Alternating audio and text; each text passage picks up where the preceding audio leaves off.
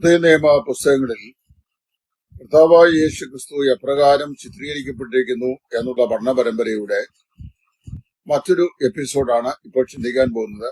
തെസ്സലോനിക്കർക്ക് എഴുതിയ രണ്ടാമത്തെ ലേഖനത്തിൽ ക്രിസ്തുവിനെ എപ്രകാരം കാണപ്പെടുന്നു. 1 തെസ്സലോനിക്കയിൽ കഴിഞ്ഞ 2000 വർഷങ്ങളായി കാന്തനായ ക്രിസ്തുവിന്റെ ആഗമനത്തിനു വേണ്ടി ആകാംക്ഷയോടെ കാത്തിരിക്കുന്ന സഭയെ ചേർക്കുവാൻ മധ്യാകാശത്തിൽ വരുന്ന രക്ഷിതാവായ ക്രിസ്തുവിനെയാണ് കാണിക്കുന്നത്.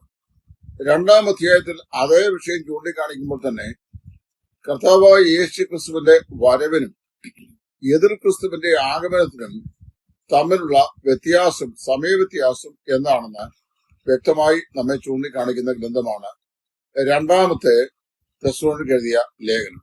അവിടെ അതിന്റെ 2-ാം അധ്യായത്തിന്റെ 2-ാം വാക്യത്തിൽ പൗലോസ് ഇപ്രകാരം പറയുന്നു: കർത്താവിന്റെ നാൾ അടുത്തിരിക്കുന്നു എന്ന് വെച്ച് നിങ്ങൾ വല്ല ആത്മാവിനാലോ വചനത്താലോ ഞങ്ങൾ എഴുതി എന്ന ഭാവത്താൽ ഉള്ള ലേഖനത്താലോ സുബോധം വിട്ട് വേഗത്തിൽ ഇളകുകയും ഞെട്ടിപ്പോകുകയും വരുത് എന്ന് പറഞ്ഞിട്ട് അദ്ദേഹം പറയുകയാണ്, ഈ അവൻ സമയത്തിന് മുമ്പേ വെളിപ്പെടാതിരിക്കുന്നതിന് ഇപ്പോൾ തടുക്കുന്നത് എന്ത് എന്ന് നിങ്ങൾ അറിയുന്നു.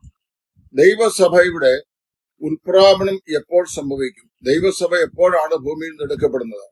നാശയോഗ്യനും അധർമ്മ മൂർത്തിയും ആയവൻ വരുന്നതിന് മുമ്പ്, അതായത് ആദ്യമേ വിശ്വാസത്യാഗം സംഭവിക്കണം എന്നാണ് പൗലോസ് പറയുന്നത്. വിശ്വാസത്യാഗം എന്ന വാക്കിന് അപ്പോസ്റ്റസിയ എന്ന വാക്കാണ് ഗ്രീക്കിൽ ഉപയോഗിച്ചിരിക്കുന്നത്. അതിന് പുറപ്പെടൽ എന്നാണ് ശരിയായ അർത്ഥം. ആരുടെ പുറപ്പെടൽ? വീണ്ടെടുക്കപ്പെട്ട ദൈവജനത്തിന്റെ പുറപ്പാട്, ഈ ഭൂമിയിൽ നിന്നുള്ള വിട്ടുപോക്കൽ, അതാദ്യമേ സംഭവിക്കണം. അപ്പോൾ നാശയോഗ്യനും അധർമ്മമൂർത്തിയുമായവൻ വെളിപ്പെട്ട് വരും എന്നാണ് പറയുന്നത്.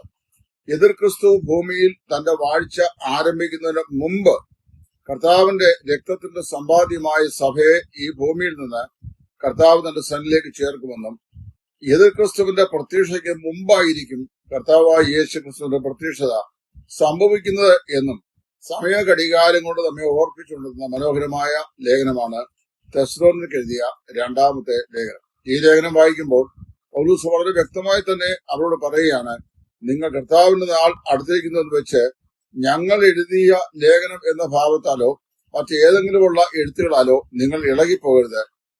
അവിടെ പറയും, ഇനിയും സഹോദരന്മാരെ, നമ്മുടെ കർത്താവായ യേശു ക്രിസ്തുവിന്റെ പ്രത്യക്ഷതയും അവന്റെ അടുക്കലുള്ള നമ്മുടെ സമാഗമവും സംബന്ധിച്ച് എന്നാണ് പറയുന്നത്.